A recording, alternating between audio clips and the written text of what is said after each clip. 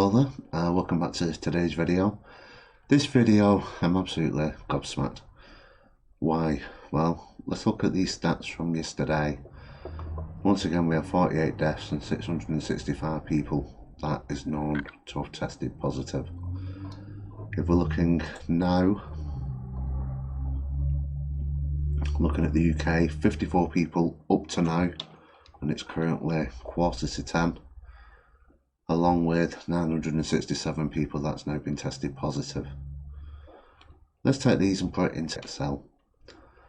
So if we're looking at the Excel now, we can see that the new cases have slightly increased, the deaths have slightly increased, and also the recoveries have increased.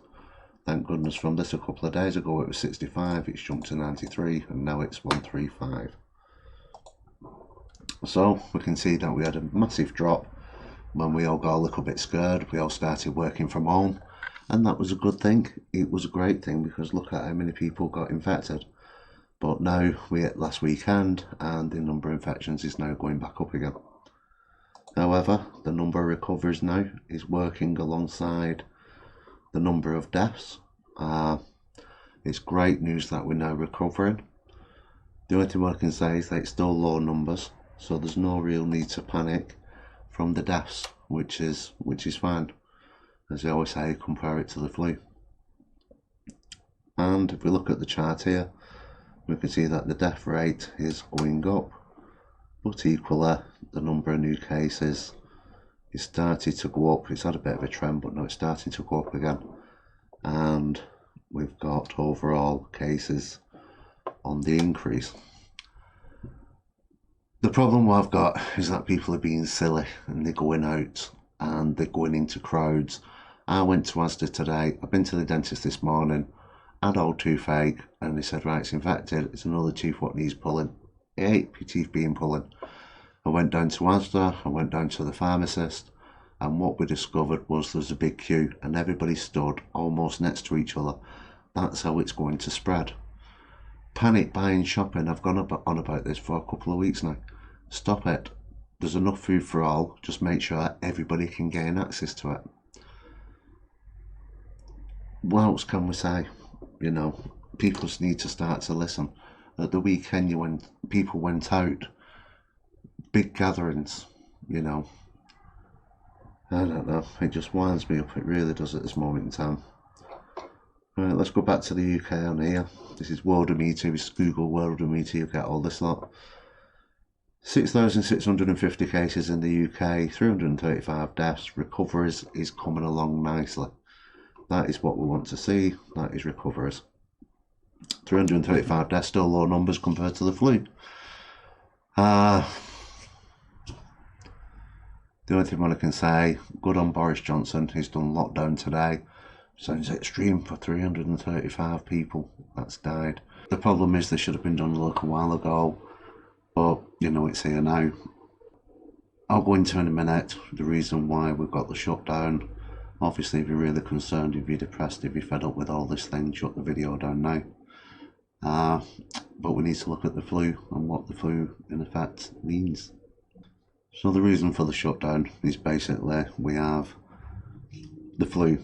Now the flu, people catch it. We're sensible in this country, we know what the flu is, and we will self-isolate, we'll get the Lemsip out, we'll get the paracetamol, and we'll feel better in a few days. The transmission rate for flu is 1.3 to 1 person. The COVID virus is running currently at 2.1. I know it was said on Good Morning Britain this morning it was at 3. But the official figures show that it's at 2.1. The problem what we've got is that if we look at the spreadsheet and we start at week 1, we have 1 person. Now this person starts on 17th of November. Week 2, we'll do it weeks, it's less frightening. We'll have 1.3. If we go along for about 20 weeks, then we see that with the flu you'd have about 190 people that's actually contracted it. If we look at COVID-19, we have a big number. Now this is based on us doing nothing. We don't recognise the symptoms, we're still going out, we're still going into social gatherings, etc, etc. This big figure is going to cause a massive amount of problems within a short space of time. This is the reason why we're now self-isolating, and it's good. It's not a bad thing. I know it's boring and everything else, but it's a really, really good thing to do. Most of the people that's got it will actually have minor symptoms. A lot of people won't even realise they've got it and just go away. Other people are going to be hospitalised. Sadly, other people are going to die, probably mainly due to lack of ventilators. But it's the way that it is. People at the weekend was just being silly, having mass gatherings and stuff like that. So going back to the charts, what we really have to now do is add 7 days to see where we're at by 1st of April. Hopefully by 1st of April it will start reducing or at least flatline again, because everybody's staying in, everybody's being forced to stay in, and if you don't stay in you're subject to fines.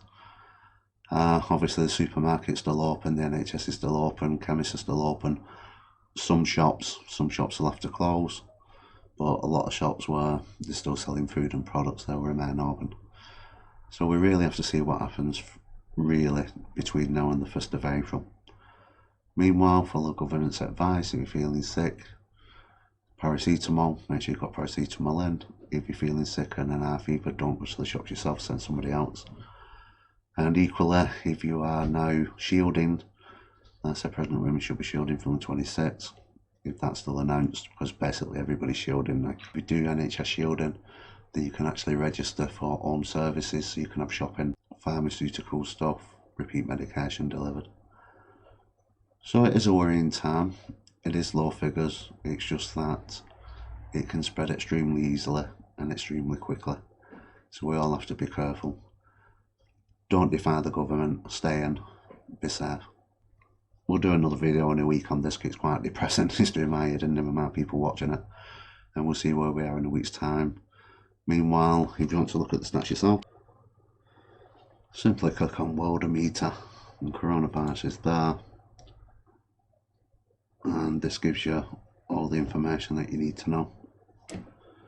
So it's not these figures that we're seeing now, it's the potential figures due to how easy it's transmitted.